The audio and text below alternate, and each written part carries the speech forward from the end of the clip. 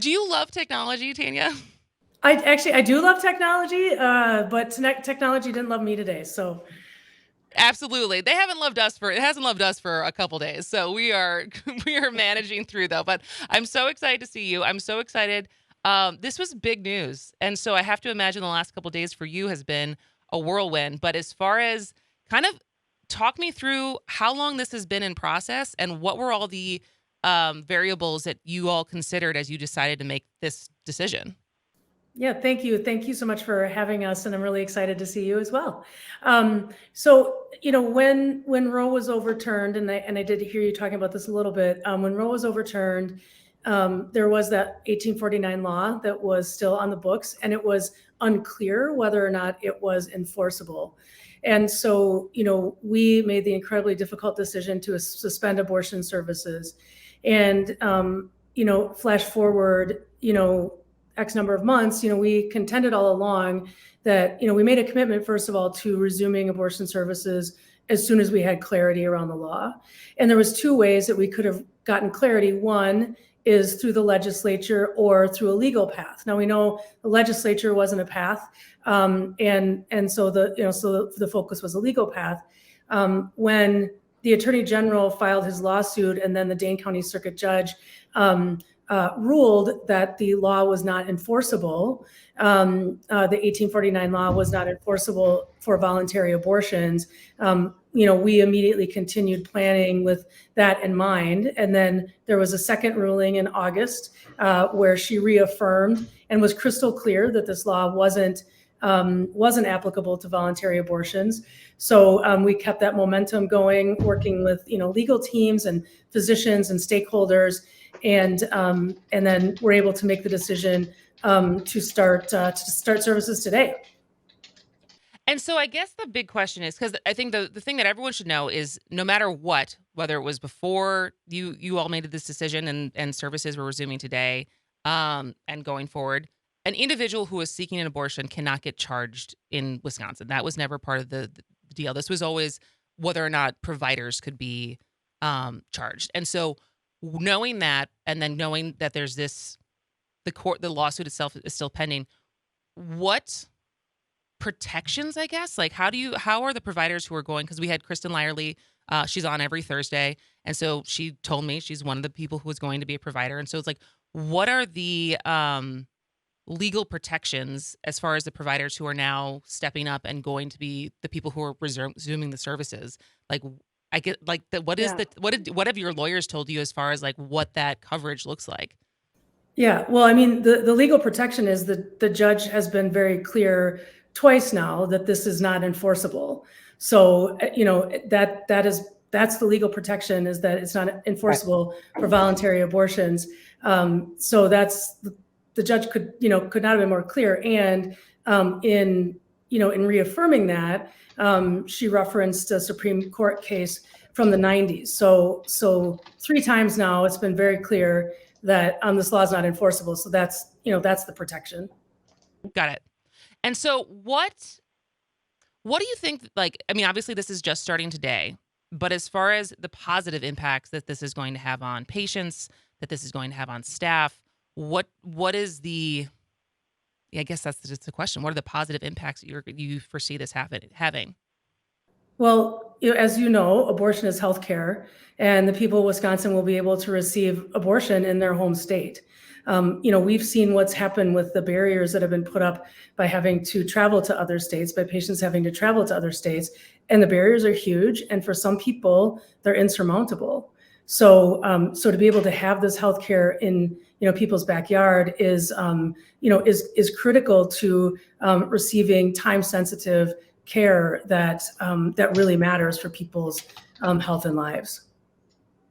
And so one of the things about this, like we said, it's Madison and Milwaukee are the two places where this is getting resumed. That is a huge swath of Wisconsin that is not covered, but it also wasn't covered even before Dobbs. And so as you look forward into this lawsuit as it continues, but also the services as Planned Parenthood can provide, like what are the other services, initiatives that are happening to continue to try to serve the whole state as we navigate these waters?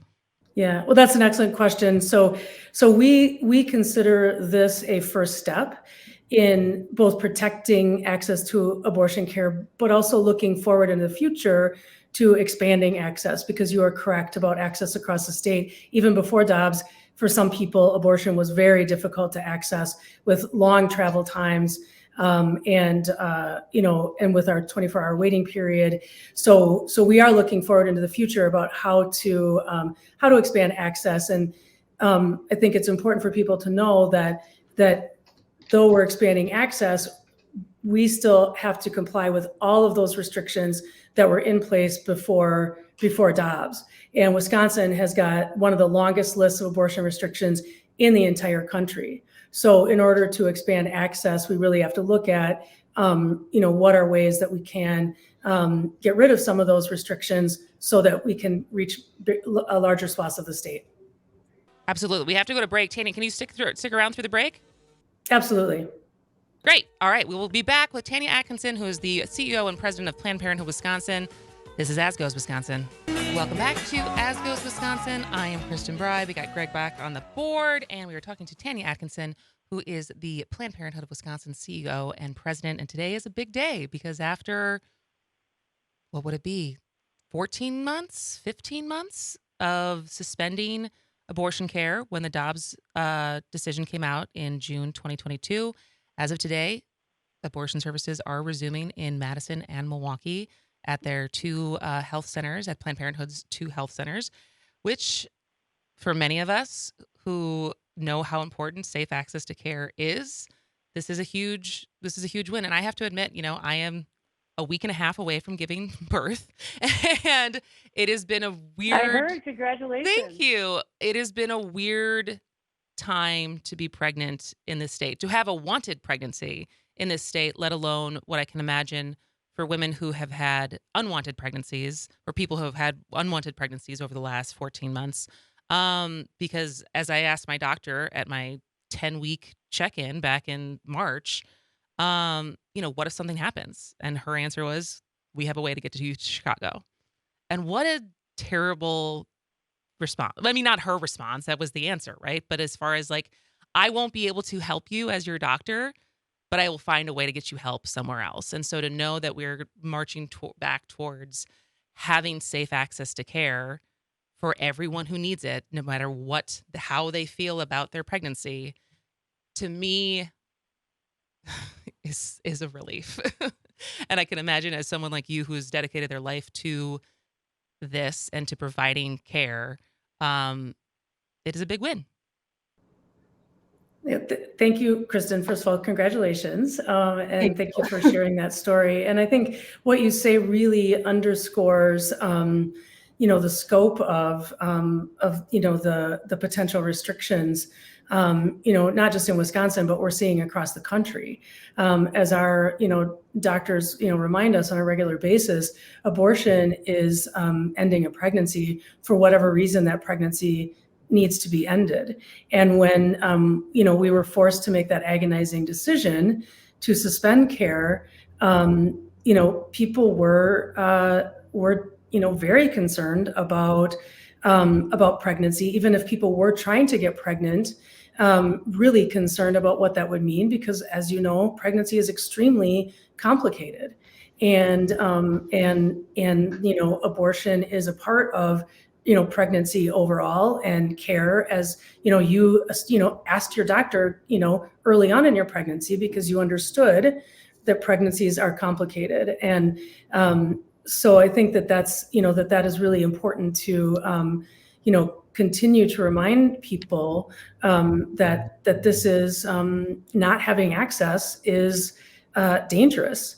I think the other thing, in your story is, potentially how your doctor felt, not being able, if something, were to have happened, being helpless to be able to provide you the care that you needed right in front of them, when you are right there in their office. And we know, from our own physicians and others, having to send people out of state when they have the skill set to do that themselves. And the final thing I would lift up here is that, almost immediately when Roe fell and the question of the 1849 law came up, people who were slated to come to Wisconsin medical schools were withdrawing their applications. Yeah. Other students who are already here were questioning whether or not they wanted to stay. And, as you know, I mean, I'm also from rural Wisconsin, and, it is really difficult to find OBGYNs or physicians at all. And not, of course, just in rural Wisconsin. Access is challenged everywhere when it comes to reproductive health care and, OB-GYN, providers. So this also has the effect of, the chilling effect of people wanting to come to Wisconsin, our incredible state, wanting to come to Wisconsin and be medical practitioners or staying in their home state and being a OBGYN. So lots of really critical things wrapped up in your own personal experience in the story you shared. Thank you. Absolutely. No, absolutely. And I think that it touches so many things. It touches so many things as far as healthcare, and it is so personal and it's so nuanced that it's very frustrating to continue to have the fight in Wisconsin, the fight nationally, of people who think they know best and know better than doctors and know better than the people who are trying to make decisions for their own lives. And so I guess my other question is, obviously Planned Parenthood is and has been a leader in safe and accessible care. Do you think that your decision, the Planned Parenthood's decision, not you, Tanya's decision, will empower other providers as far as their feeling as though they also, the law does cover them, and there could be more places that feel like they can also resume abortion care? Yeah, that's an excellent question. First, I think it's important for people to know that Planned Parenthood Wisconsin receives referrals from other health systems. And as of right now, Planned Parenthood Wisconsin is the only provider of voluntary abortions. So, and all that said, there are other incredible healthcare systems in the state, and we're really grateful for their partnership. They do provide care, as in all the circumstances. Now, they also, as far as we know, have suspended their services except for that very, very narrow exception. And so I can't really say at this time whether or not, what that means for the other health systems. I can say that, we have some great partnerships with the health systems, and they'll continue to be partners, but I definitely cannot speak to whether or not they're going to start providing care again. Absolutely. And then the final reminder, we only have about a minute left, but because I will always think it's very important for everyone to know that Planned Parenthood has a wide variety of services that they offer. And so a quick plug for all the different things that people can go to Planned Parenthood for through the last 14 months going forward, as far as what people can rely on their local center for. Okay, great. Well, I'm going to first say, please go to www.ppwi.org, and you can find a list of all the services there. We have 22 health centers across the state, and we provide a very wide scope of reproductive and sexual health care services. Of course, birth control, STD testing and treatment, and a couple that I want to lift up is cancer screening, prevention, intervention, and gender-affirming hormone therapy. And we have most of our services are also available via telehealth. And for people who are contracepting, they can get it delivered right to their door for almost every single method. Amazing. And under the time limit. Tanya Atkinson, you are amazing. Thank you so much for being here. We're going to take a break for the top of the hour news. This is As Goes Wisconsin.